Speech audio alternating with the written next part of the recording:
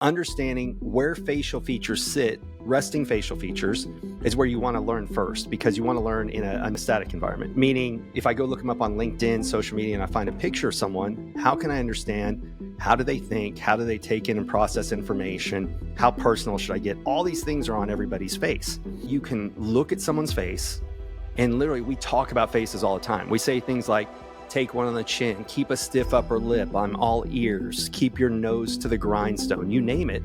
We talk about facial features and what we understand about somebody based on their facial features. And what's really crazy about it is... I think it's only important that we talk a little bit about what your specialty and what your skill is, because you have a very unique thing that you teach, something that can help a lot of people. And that's the strength and awareness of facial recognition, and maybe the emotions and the thoughts and things tied to the face. Tell us a little bit about what got you into this and how you're using it today. Sure. The best part is it was unplanned. It was a fluke circumstance. And so when people find out what I do for a living, they're like, oh, I can never do that. Yeah, you can, because I didn't know this. But what happened is in 2010, a friend came in from out of town. She said, let's go to dinner. I show up at the restaurant and she calls, says, I'm not going to make it. I'm like, oh, here we go. And she's like, no, you got to come meet this guy at the trade show. He's really amazing. I go, why do I need to come meet this guy? I'm at the restaurant. I've already ordered a glass of wine. She goes, because he reads faces. And I go, I'm not coming for that crap. Look, I've got books on body language. I've got books on statement analysis. You name it. I've never heard of this. It can't be real. And she finally convinced me, hey, come on, I'm only in town for one more night. I really want to see you. Let's hang out. But I went with a plan, and that was, if I'd never heard of this, it can't be real. So I was going to go prove this guy was a fraud. And I was waiting for him to use these generic statements, which are known as Barnum statements, like Barnum and Bailey. And that is something that's so generic, it can apply to everyone. Like, oh, you've had a hard time in life. Well, I'm 50. Who hasn't, right? Or somebody whose name starts with any letter. And the reason that they're called Barnum statements is it gets the brain going, and the brain will create its own connection to things. So when you go and you have your palms read or a tarot cards, you have to listen to how specific do they get, or do they make generic things that you make the logical conclusion for? So I was all prepared. I was going to bust this guy. And he sat us down at dinner, and there were 6 or 8 of us, and he went person by person. I was looking for, they have the same facial features. Is he going to say the same thing or something different?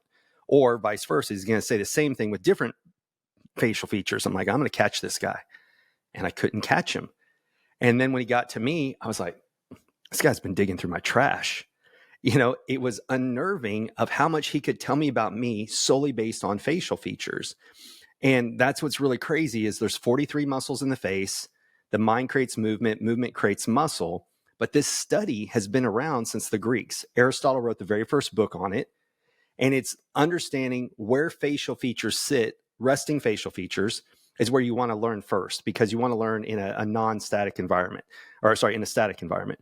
Meaning, if I go look them up on LinkedIn, social media, and I find a picture of someone, how can I understand? How do they think? How do they take in and process information? How personal should I get? All these things are on everybody's face. And so I thought, well, you know what? I'm a skeptic, but I'm a curious skeptic. So I bought his book, and I would travel on the road and I would analyze people's faces. And I'll show you. This is one of the books. I got like 3 of them, but you can see my name tag on it. This was face reading. Yep. Amazing Face Reading by Mac Fulfer. And if you look in the book, like there's hundreds and hundreds of pages of what different facial features mean. And what I had to learn was, how do I personalize it to what I can understand? So he was an attorney who learned it for jury consulting. And he ended up walking away from his law practice because he realized this had so many applications outside of the courtroom.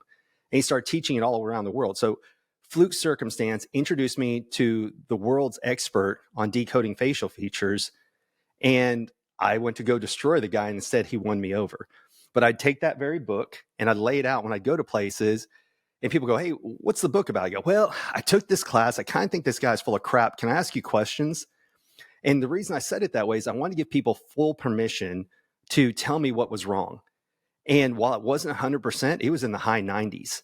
And I would start doing this. And, when you get rewarded for things, not just dopamine hits, but I would do this at restaurants and bars. And all of a sudden I started getting free food and drinks because I'd talk to the bartender, and then they'd bring over a server, and then they'd bring over another person. And all of a sudden they're like, hey, can I get you anything to eat or drink? I'm like, yes, you can. So I was getting free food and drinks other places I went to, and it became a fun game. And anything you learn to gamify, it changes it, right? Yeah. But that was step one. And once I learned it, I was like, well, I got moved from, I was an introvert on the help desk, but I got asked to be an installer. And when you're the installer, you have to be the corporate trainer too. So then I started figuring out, like, how do I get people to understand the product that I was selling? And I started looking at facial features and figuring out, okay, who's auditory, who's visual, who's kinesthetic? How do I need to change the training so that they understand our product? Because these are like 3 to 4 year commitments with what they were buying. And all of a sudden, like, I'd get these rave reviews. So then they're like, hey, we need to move you into sales. I'm like, I don't want to go into sales. That's the dark side. And I got pushed into sales. And I was still reading, like, I am a constant nerd. You're going to see me do this a lot. I just finished this one here, The 6-Minute X-Ray. Oh, such a good book by Chase Hughes. It's all about body language, how they're moving, the way they talk, you name it. So I was always picking up new books to learn skills about people because I'm an introvert by nature. And so what do good introverts do? We pick up books, we take courses, seminars, you name it. And I just kept getting promotion after promotion. And people are like, well, what are you doing? I'm like, I don't know. Because I was ashamed to tell people that I had to study, right? Because it seemed like everybody else just naturally got friendships and relationships and all that. And it didn't come natural for me. But that one skill was just the main skill. Everything else, like, that's why I leave all these books up here. There's body language books, there's influence books, negotiations. All these things are important skills. But what I found was faces were proactive, meaning I could look up people before I ever met them and start figuring out, how do I personalize my presentation for the person? And I used to sell government contracts. And so these weren't $500 deals. These were $5 million to $40 million contracts. And we needed every single advantage that you could think of. So we had RFP writers, which that's a request for proposal, which is like hundreds of pages of documents. But then I would go back into it and I'd make little changes too, like make sure there were auditory terms, visual terms, kinesthetic terms. And then when we were going in, if we made it past the first round, then a lot of times it was a blind evaluation committee. So while we were setting up everything, the projectors, the PowerPoints, I'm looking at the people in the room and figuring out, how am I going to talk to each person in the room to make them know that I'm talking to them while I'm talking to everyone at the same time. And it ended up working so much so that they called it the pro demo team. And it was any customer over $1 million that we were doing a presentation for, me and 2 other people got flown out. And again, this is an introvert. And so then it kept kind of rolling and rolling. And then by the time I left corporate America, and I'll tell you that story here in a second, I was a regional vice president of sales with a $40 million book of business. And where I started to fail was I missed going and visiting with the customer. I ended up on just Zoom calls all day, financial meetings, all of the not fun stuff. The corporate stuff. Exactly. And it took me away from what I loved, which was visiting customers and clients and getting in the room with people and really getting to know people. And what I started doing is I was so miserable that I started attending events. I would take vacation to go and attend events and with speakers and take notes. And I loved it. And I met through Bradley, I met this guy, Joe Ingram. Joe Ingram had a podcast. He had Steve on it. And at the end of the podcast, Joe used to always like to throw me bones. And he'd go, hey, what do you want to tell Steve? I go, well, Steve, you're growing your mustache over your upper lip. And if you do that, it makes you less approachable. Now, for anybody who knows Steve, he's like, do you think I care? He might have added some cuss words in there. And I'm like, okay, well, F you too, buddy. But I followed back up with Steve. Now, what did I do in between then? I went to his LinkedIn profile and I looked at the pictures and I knew how to talk to Steve. So I followed up with him. I said, Steve, this is the reason why I told you this. And I sent him a few PowerPoints slides. And then he said, you want to be on my podcast? I'm like, yeah. I got on his podcast and he goes, you want to come speak at my event? I'm like, yes, I do. And that was in 2021. And I was taking vacation time off of work and speaking for free so that there was never a conflict of interest, but I loved doing it. Because all of a sudden I was being paid to be in rooms that I used to pay to be in. And what I mean by that is they cover the hotel or the travel, right? Because they couldn't pay me as a speaker. And I absolutely loved it. And then I got a bigger high out of teaching this to people than I did just learning it myself. Because look, this day and age, we are so digitally disconnected from each other. People spend more time talking to this than what you and I are doing right now. Like, part of my presentation is teaching people something so simple as, how do you make sure you're looking at the camera during Zoom calls because everybody's looking down at the Brady Bunch to see everybody's reaction, Right. like this, which I'm going to have to replace that term at some point because younger kids won't get that They reference. don't get Brady Bunch, no. It's Exactly. almost outdated for us in our generation. I mean, it's just Exactly. barely Yeah, had we not stayed home on sick days or something, we wouldn't have seen it either. exactly. So, but everybody looks down to see what everybody's reacting to when they should be looking right here when they're talking. So it's just learning to teach people that you can look at someone's face, and literally we talk about faces all the time. We say things like, take one on the chin, keep a stiff upper lip, I'm all ears, keep your nose to the grindstone, you name it. We talk about facial features and what we understand about somebody based on their facial features. And what's really crazy about it is, I mentioned before, it started with the Greeks, and it's not a science because a science has to be something that passes all 5 steps of the scientific method with 100% accuracy that's repeatable. And it's not that. But if I can walk into a room and I can get a 90% advantage of figuring out who I'm talking to, it's unbelievable with things. And so we would make games out of it. So when I was at that event, it was September 2021, we went to a bar, and it was me, Steve, and a bunch of the speakeasy attendees. And I said, all right, pick anybody in this bar you want to talk to. Like, okay, find that girl over there. And it wasn't so much that it was a woman. It was the fact that there were like 14 guys and then her. I'm like, no problem, got this. So I walked in, said, hey, y'all, this is what I do for a living. I just want to use you guys as examples. And all of a sudden, every single person wanted to have their face decoded. And finally, we got to meet her. I'm like, oh, hey, have you met my friend Steve? And that was just proof of like, okay, we can get to anyway. It wasn't like Steve wanted to meet her, but he just wanted to see it in practice and proof.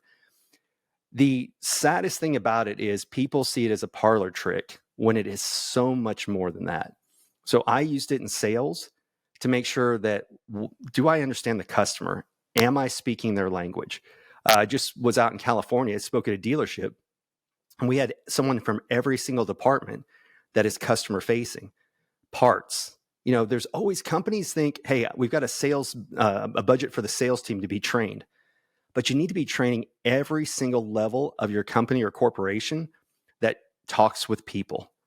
So we had people from the parts department, service. Like, sales is hard with cars. You know what's worse? Service. Because are you ever in a good mood when you have to bring in your car for service for some car you just spent $75,000 on? No. You're not, right?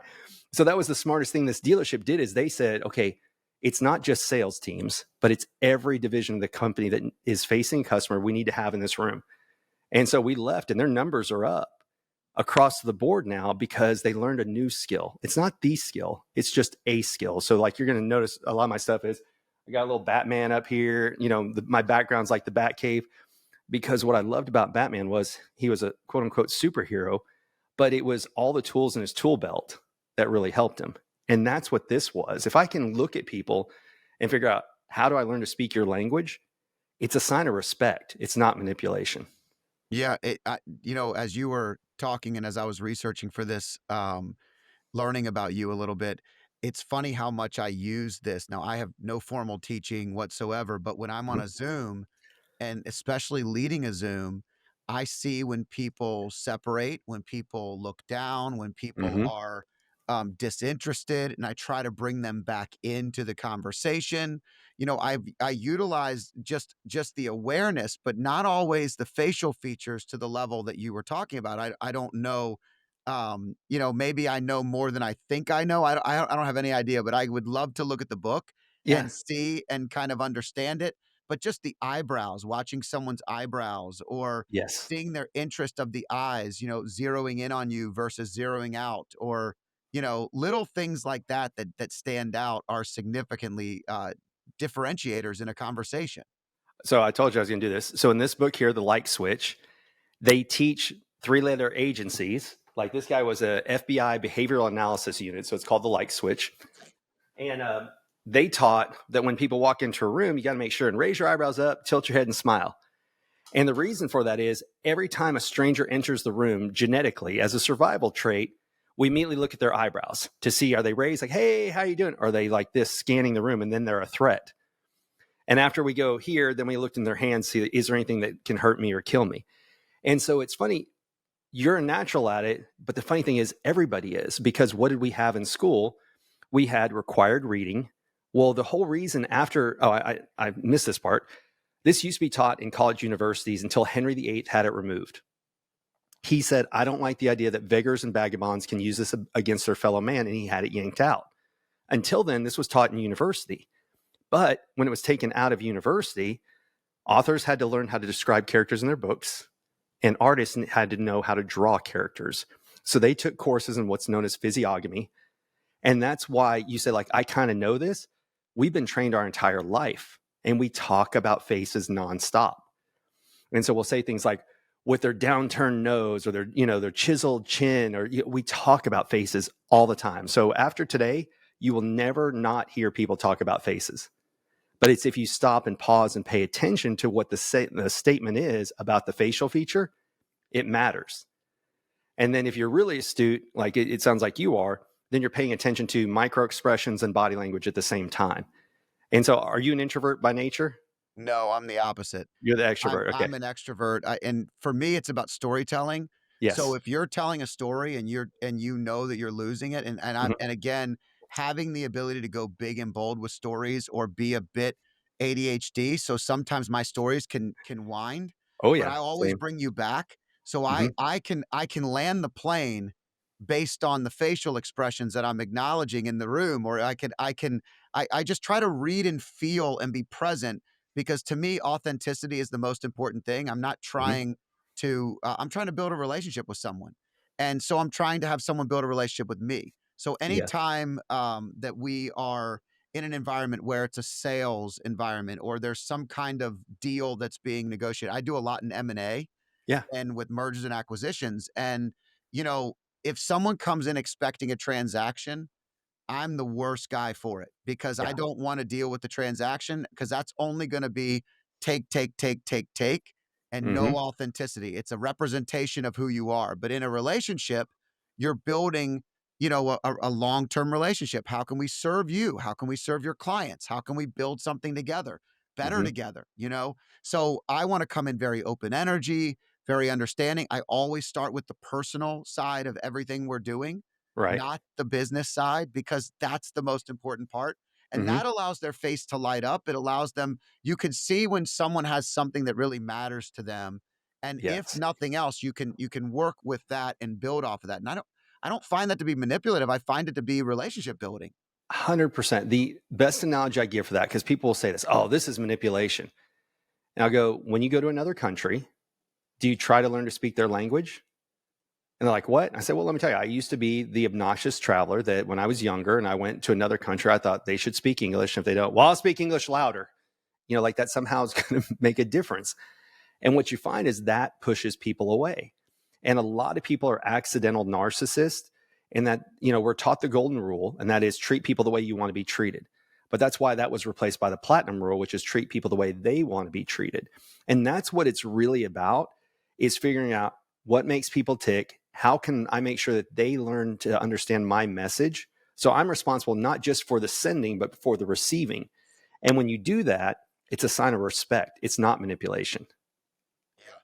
Yeah, I think now this can be a great advantage in relationships. It can also be maybe a disadvantage if you get too good at reading the faces. So it's how you interpret it, right? The danger of learning anything. I was talking to this one person and they're like, well, just, I ended it with that guy. I'm like, well, what did you end if there was nothing going on? And she's like, oh, okay, well, I wasn't going to tell you. And I'm like, aha. So that is one of the challenges, is the more you learn, the more dangerous you become. And it's really hard if you don't find people who are leveling up also, because you catch things. And when you catch things, people get really upset because they're stuck where they are. And so there is a danger to anything. It's kind of like I love hanging out with Janine Driver, the body language expert. But the whole time I'm with her, I'm second guessing every move I make. You know what I mean? Like my nose itches. Should I scratch it or not?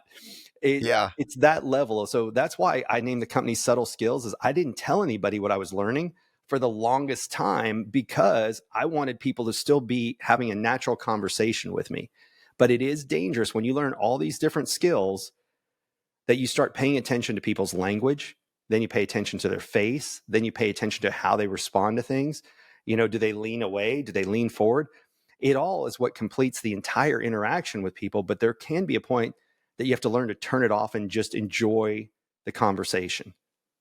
Yeah, I think you also sometimes just because you learn something and you know something doesn't mean that you should use it. And there are Agreed. times in where you put those skills to bed, if you will, and just put them to the side and not be over amplified. I'm an energy person, so Yeah. I believe wholeheartedly you are the energy that you put out into the world. And so if I walk in and I do tilt my head Mhm. and open myself up, the energy is diffusing. It's going to be great. If you walk into an environment and the energy is tight or restrictive and you're Yes. expecting something and you have the wrong expectation, that can be a challenge. And so I think with energy, it's another thing where the more you learn, the more you feel, the more you're being authentic, the better it is. And I would imagine that facial recognition can be really beneficial to helping that and helping move anything along. 100%. Can I show just one or two slides real fast? Mhm. All right, I'm just let Please. me. I want to show like it's this simple. Let me see. Share. All right. So you can see here. Just this is a simple picture I grabbed of somebody's LinkedIn at an event I spoke at, and I got his permission to use this picture here. But every single one of those little facial features tells you a little bit about him. So up here, foreheads tell you like how do they take in information? Do they want step by step? Are they outside the box thinkers? You name it. Eyebrows, eyebrow height and shape tells you how do they make their decisions. Like, do they want it delivered straight to the point? Do they want to make it about them, the people around them? Do they need more time to make a decision if their eyebrows are high? Do they make decisions fast if their eyebrows are low? It's crazy how you can look at people.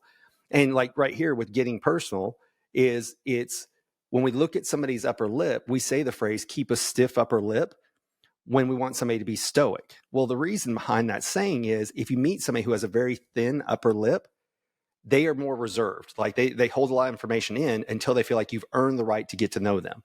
So when I go and do presentations, if they had a very thin upper lip, like Steve Sims, I wouldn't ask a lot of personal questions until they opened that door. Now, once they opened that door, it was game on. But that was the whole thing is literally everybody's face tells you how to talk to them to a degree. And it's just crazy because you can look at things and just figure it out. And people are like, I don't know, it's genetics, it's what we're born with. What it's really based on is the 43 muscles in the face here. And what happens is the mind creates movement and movement creates muscle. So those faces are constantly changing over time. And people go, I don't know if I believe that. So I like to show people a picture of me at 18 versus 38. Let me grab that picture here of just how much my own face changed over time. And I do this in presentations and keynote speeches because nobody ever wants to look at me when they find out what I do for a living. So, um, but you can look at people's faces and just start figuring out like, how do you talk to them? So here's a picture of me at 18 versus 38. So if you look like very simple ones, my ears used to stick out more Yeah. here. My eyebrows used to be straight, then they became angled over time. My eyes used to angle down. And those are just three simple ones that the audience can see from the front row to the back of the room. But our faces are constantly changing. And what happens is it's a mind creates movement and movement creates muscle thing. So it starts out with what did we genetically inherit from our parents, our grandparents, you name it. But as we have thoughts, we make faces. So when our parents said, don't make that face or it's going to get stuck that way, there's actually some truth to that.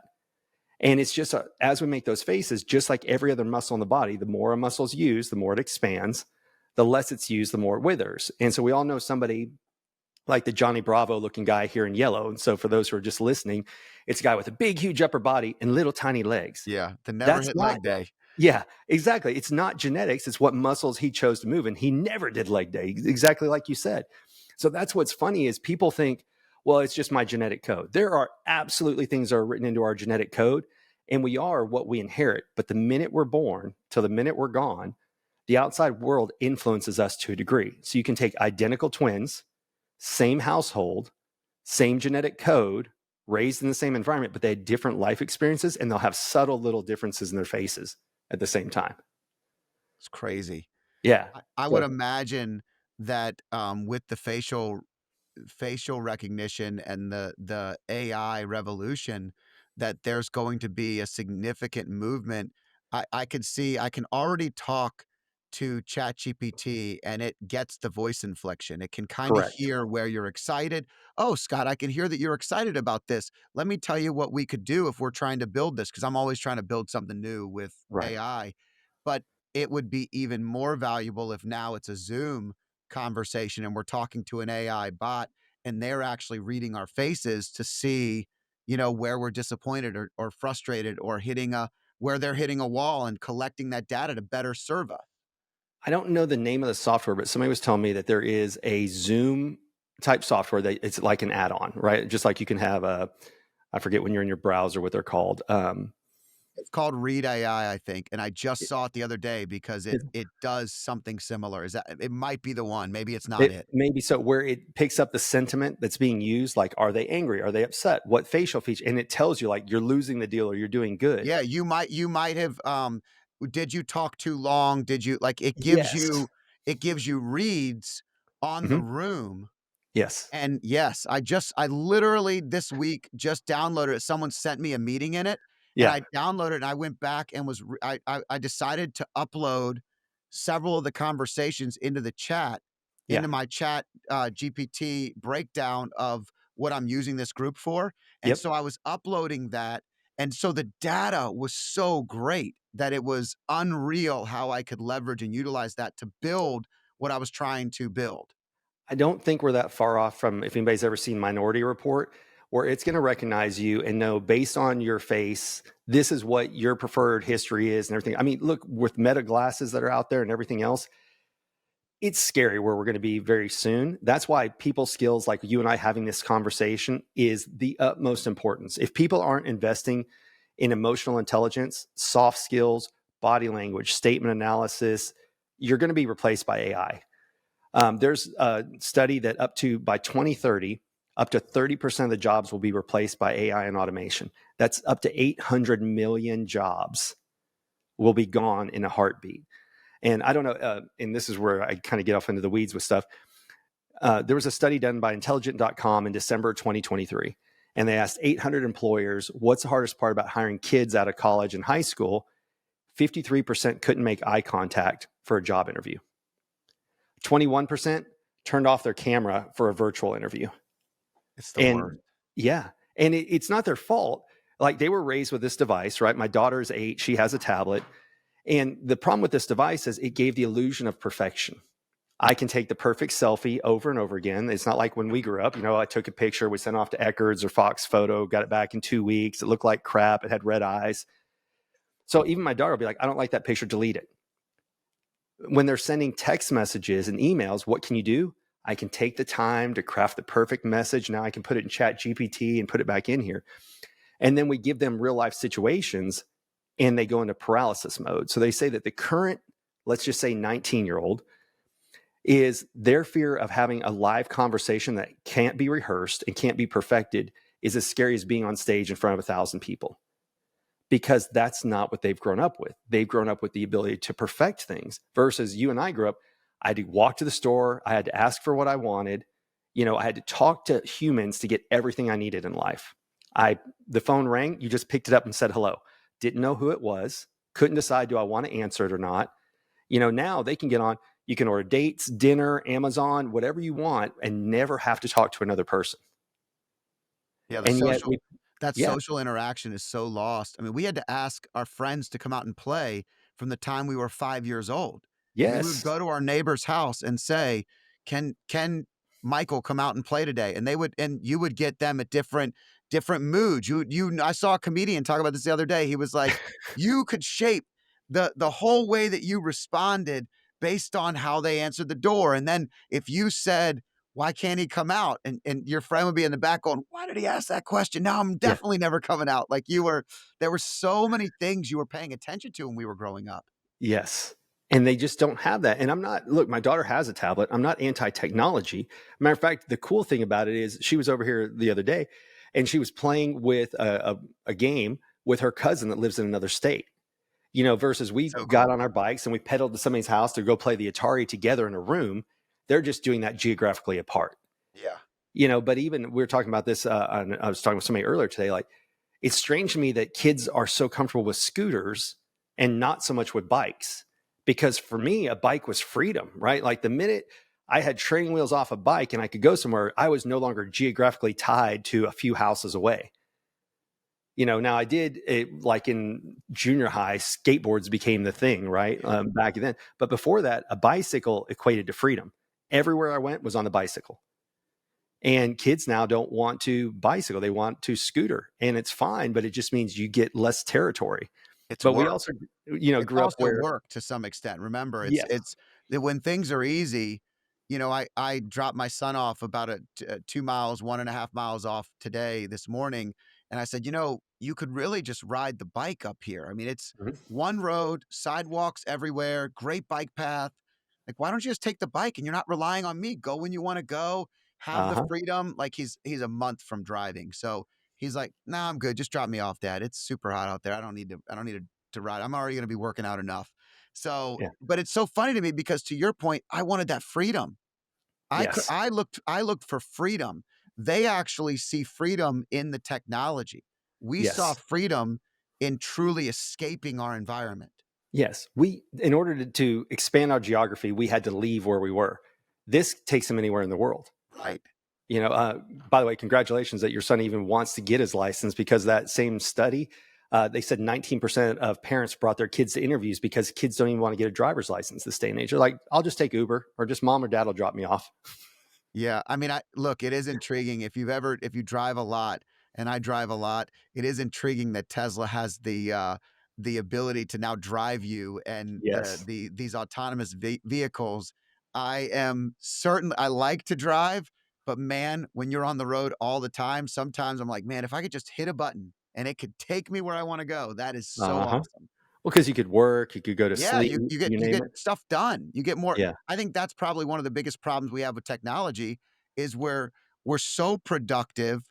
My buddy was talking to me the other morning. We were having a cup of coffee, and he goes, I'll never forget at one of my friends is the wine buyer for a major country club, and they order all these magazines, and Hmm. so once every 6 months she gives me like 10 travel and leisure type magazines of places to look at. And he's like, I still geek out over reading and looking at these things, and I'm thinking the same thing. I bought a travel and leisure magazine, and I'm like, isn't it funny how I can Google this, you could TikTok it, but Yeah. at the end of the day there's just something about our generation that likes to look and feel at something, and it validates it and, makes it so interesting. Yeah, Men's Health. Yeah.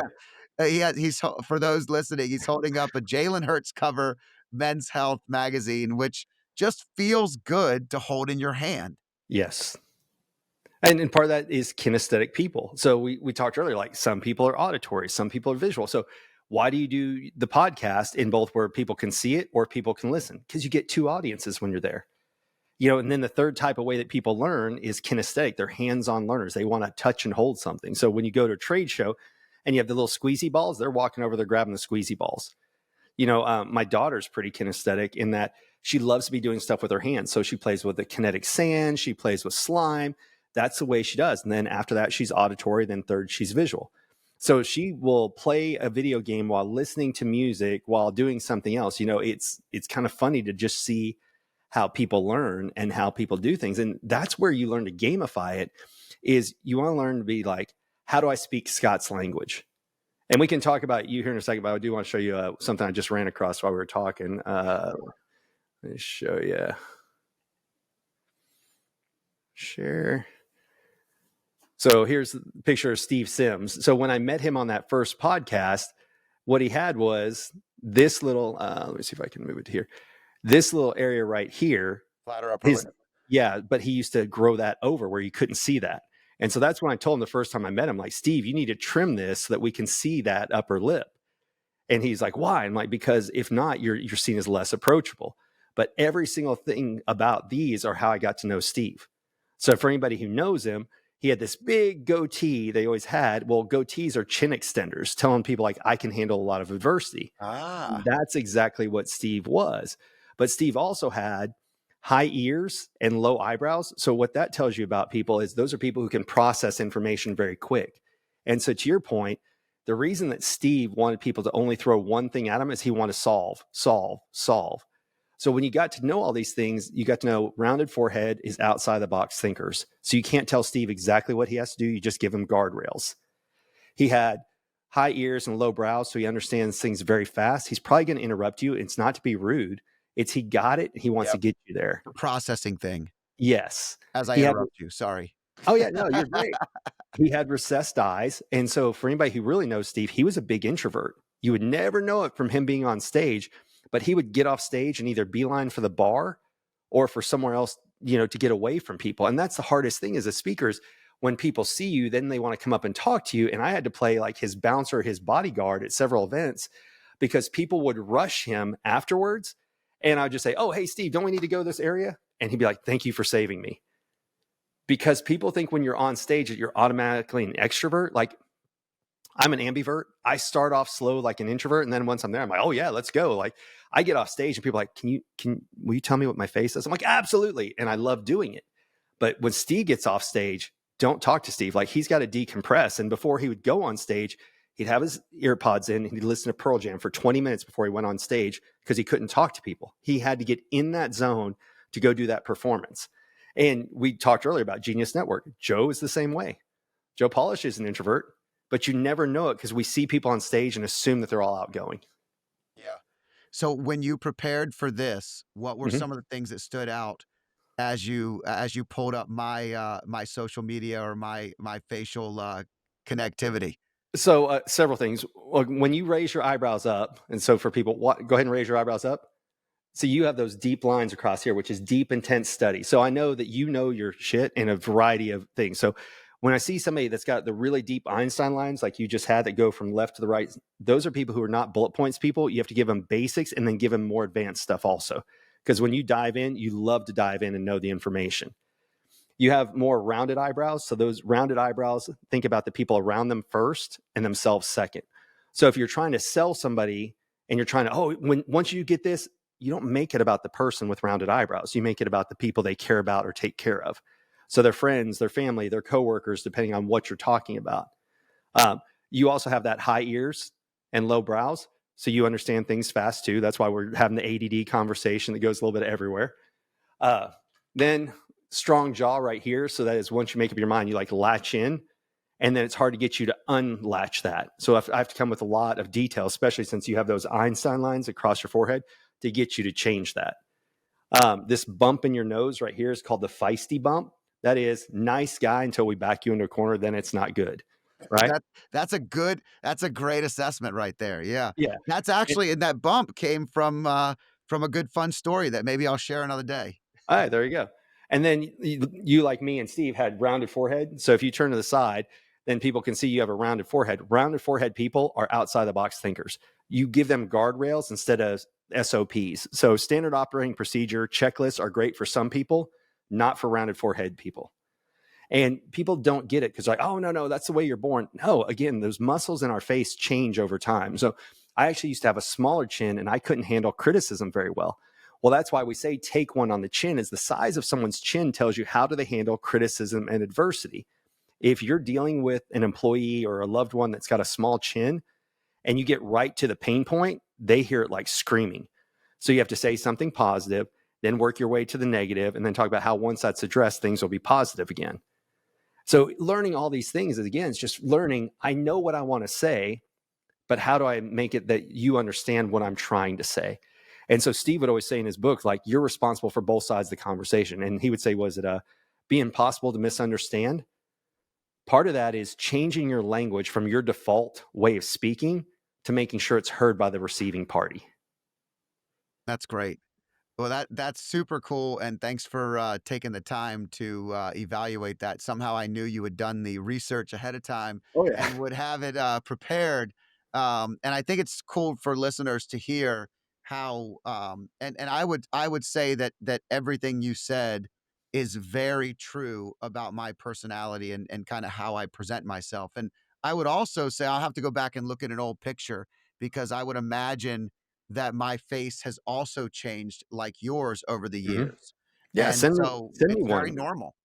Send me a picture of current and an older one, and we'll talk. We'll just I'll do the just like I did for that one picture, and like for Steve, I'll Yeah. just send you information back about it because that's what I always do. Is on when I go and I get brought in for these keynotes, like I'm speaking at one in St. Louis here in 2 weeks, and we're like, all right, who's going to be the guinea pig? And they give me the names. I go look them up on LinkedIn, and I just draw these arrows. I'm like, this is exactly how I'd sell you, and that people are like, you can see all that from the face. I'm like, yeah, and it's just Right. learning again to make it about when you learn to get out of your own way.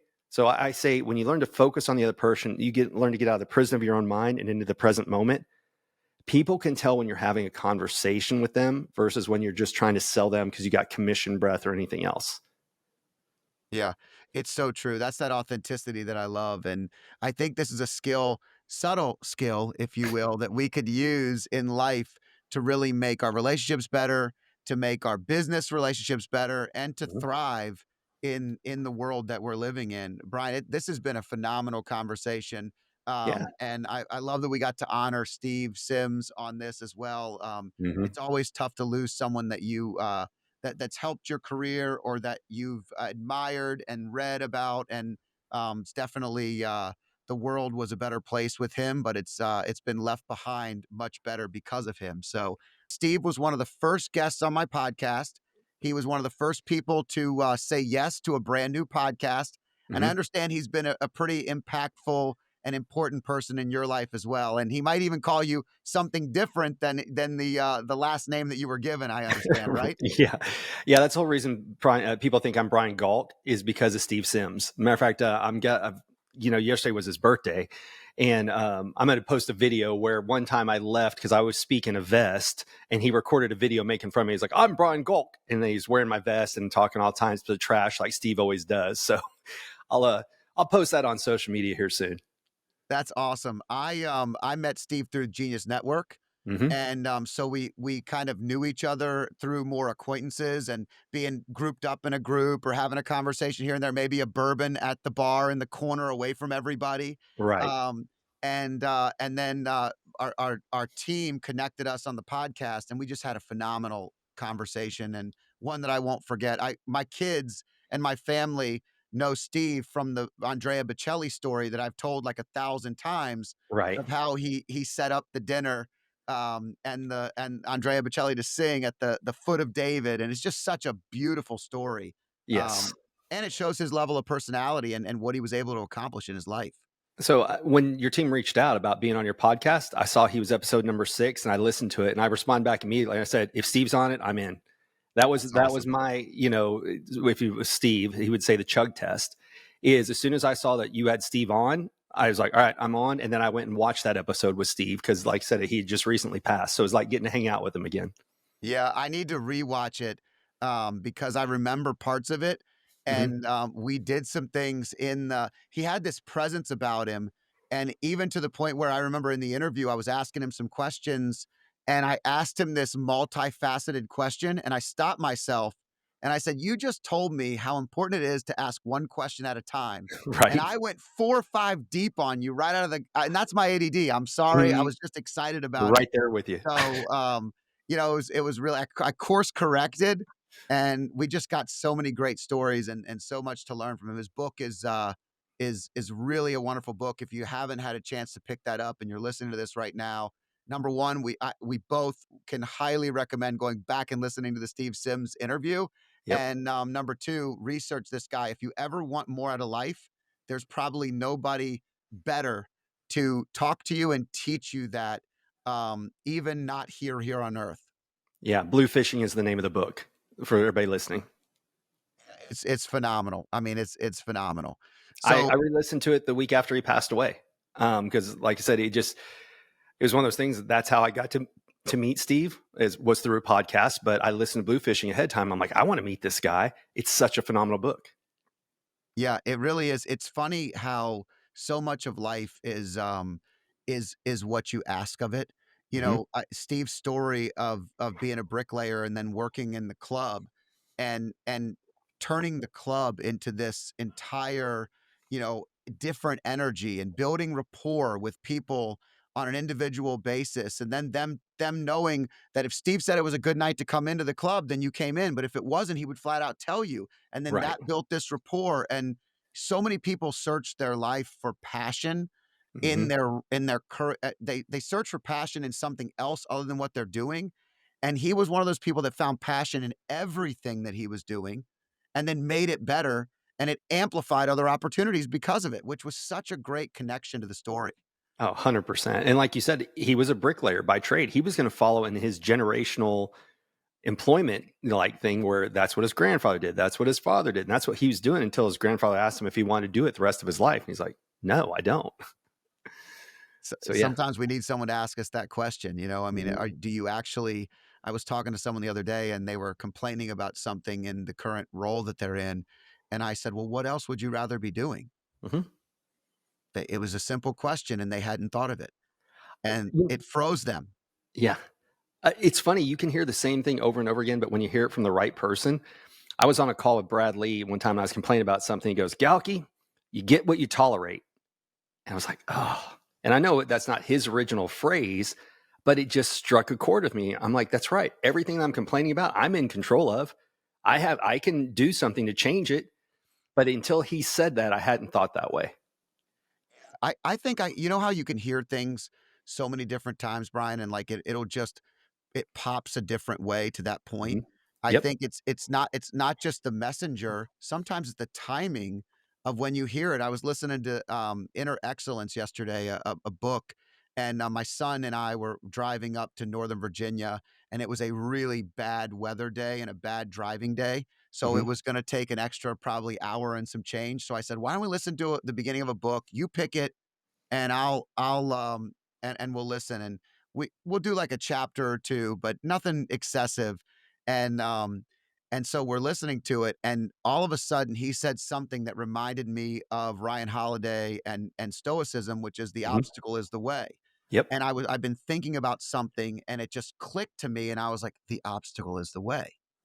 That's how we get through this. That's how you actually push through that challenge. Hmm. And, again, to that point, it was just listening to something as I was driving that made me think in a completely different way. It was so powerful. There's a whole theory that you need to reread books that you've already read because you're going to learn new things because you're in a different place in your life.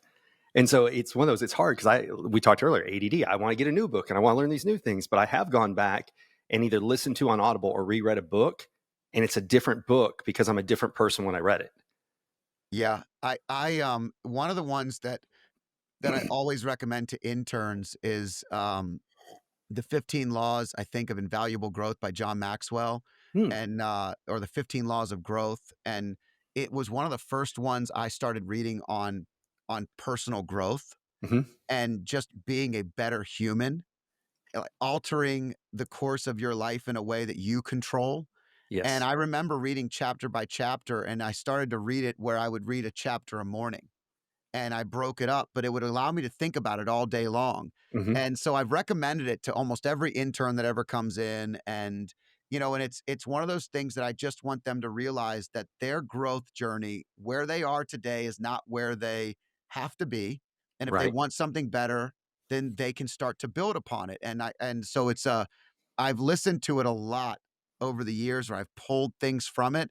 And to that point, I hear it a completely different way because now I've Mhm. been on that journey since, for 20 years or more, and that's a whole different ball game. Yeah. This is my ADD going back to what you're talking about earlier.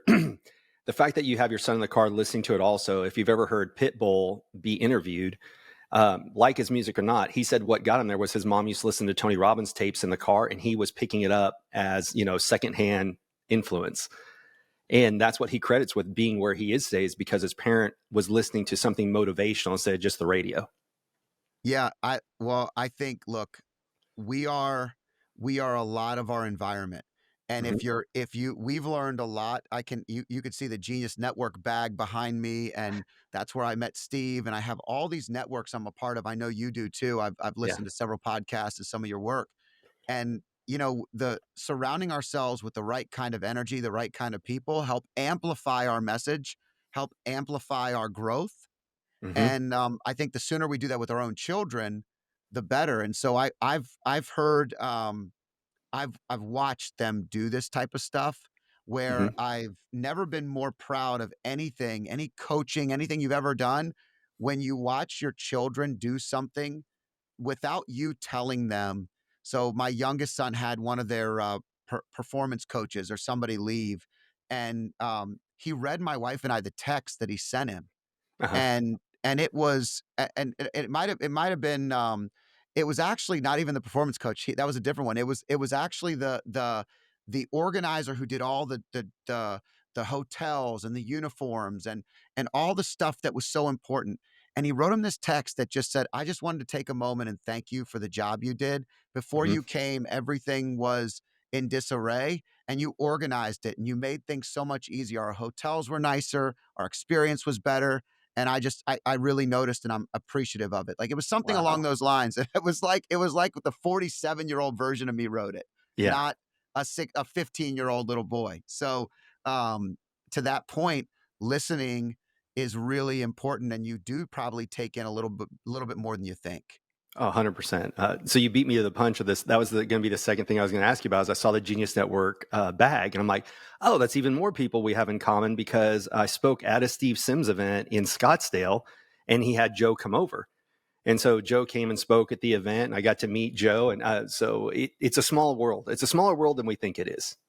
It really is on the Genius Network thing. I joined in 2018, Hmm. and so pre-COVID, and it was really, really such a great turning point. And when I look back on the last, 7 to 8 years, or 6 to 8 years, whatever it's been an amazing journey just by shifting the group that you surround yourself with, just by elevating your peers and then learning from them, or even helping them do some things that then in turn they reach out to you to help you on. So it's just been such a great network. It's funny you said that. Dan Hardy. I read the Gap and the Gain. He credits being in that and network, and of course, right here, Mr. Voss. I know he's in there with you guys. So yeah, it's a good group. Yeah, it is. You also asked me pre-show, you had one other Yeah. question, and it was about the Whoop. And so I understand you just started with your Whoop journey 1 week ago. Yes, I've braceleted myself on both sides now. So the watch is actually said I'd never have a smartwatch, and then I joined Steve Sims Distillery, and I was one of the first, I think, 10 founding members. And they sent us an Apple Watch. I'm like, God, now I'm going to have a watch. Now I went in and basically disabled everything except for I use it for timers, working out, that kind of stuff. And then like I have a cold plunge, so that's when I'm like, how long am I going to be in here? But everybody kept having a Whoop. And so I finally got one. So I'm on week one of the Whoop where it's still learning my sleep schedule and everything else, but it's pretty amazing. I thought this did a good job. This is showing up to be crazy.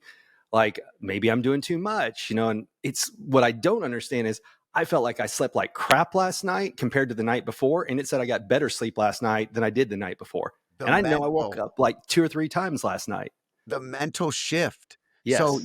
you tell yourself lies all the time. And when you Hmm. start wearing something like this, you start to realize the lies that you tell yourself to get out of things that you don't want to do. So, Right. for example, let's say that you wake up and you say, "Gosh, I feel like I slept like awful last night. I'm just going to skip the gym today." It's a Yes. perfect example of what people do all the time. And then Yes. you look at your Whoop and you're in the green. And you're like, wait a second, I'm 76% fully recovered.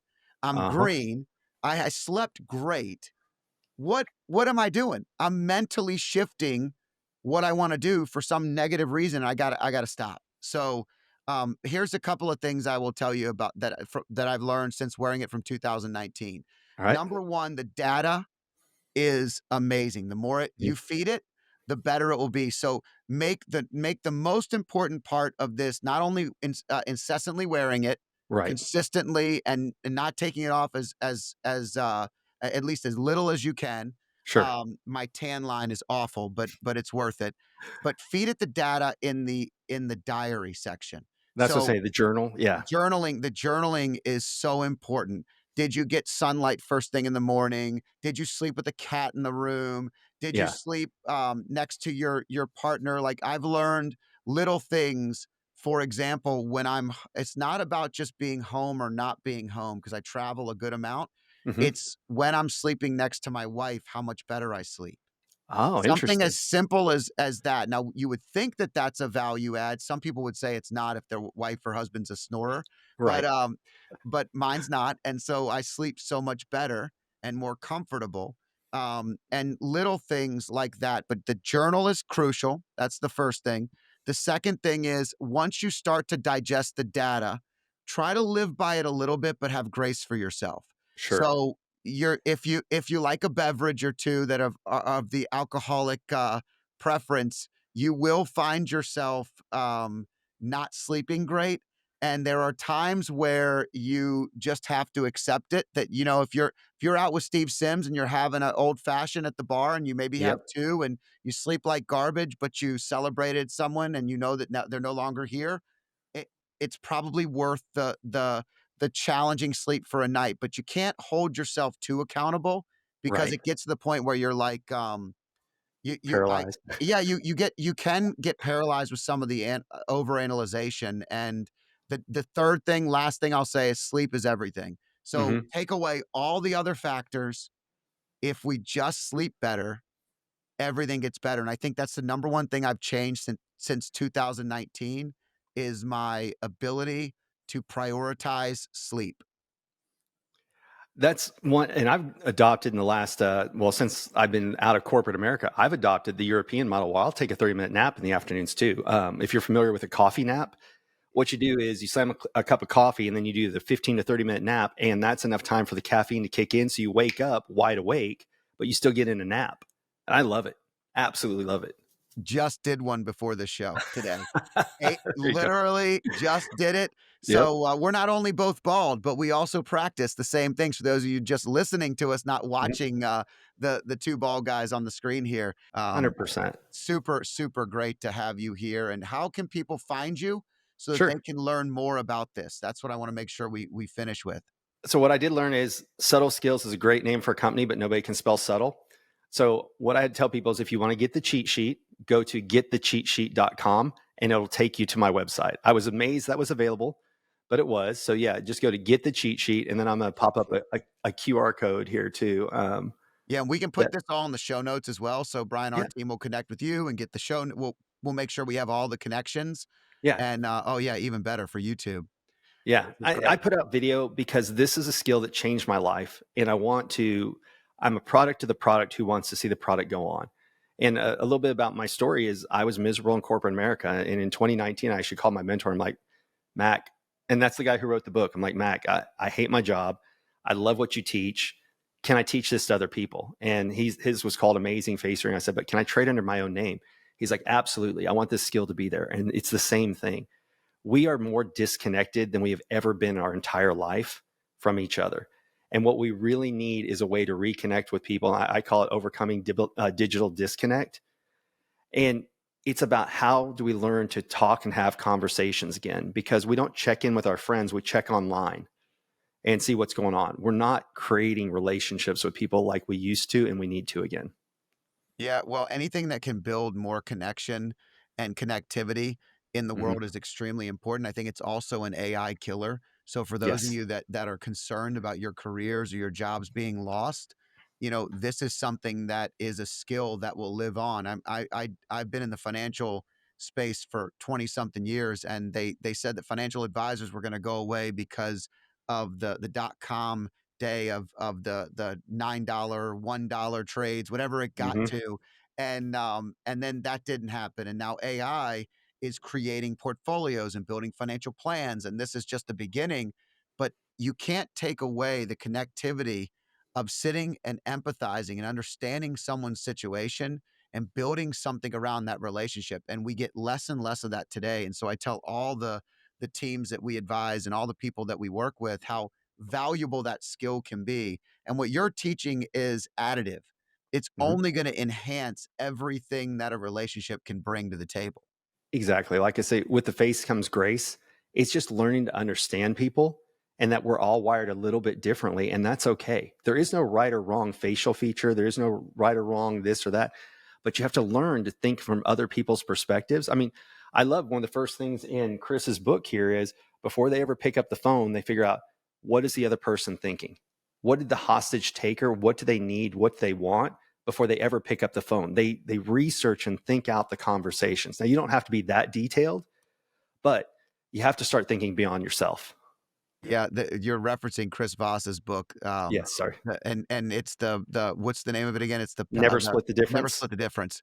Yeah. For not one of the best books I've ever read. I mean, Yeah. absolutely phenomenal. FBI negotiator and Genius Network member, Chris Voss. Yes. So, super cool. Well, Brian, I could talk to you all day. I'm sure this will not be our last conversation. Agreed. Super grateful for the time today. Super grateful to share a friend. And thanks for giving our listeners one hell of a podcast today. Thanks for inviting me. I really had a blast today. I hope you enjoyed this podcast. If you liked it, there's more where this one came from. Click here and enjoy some more.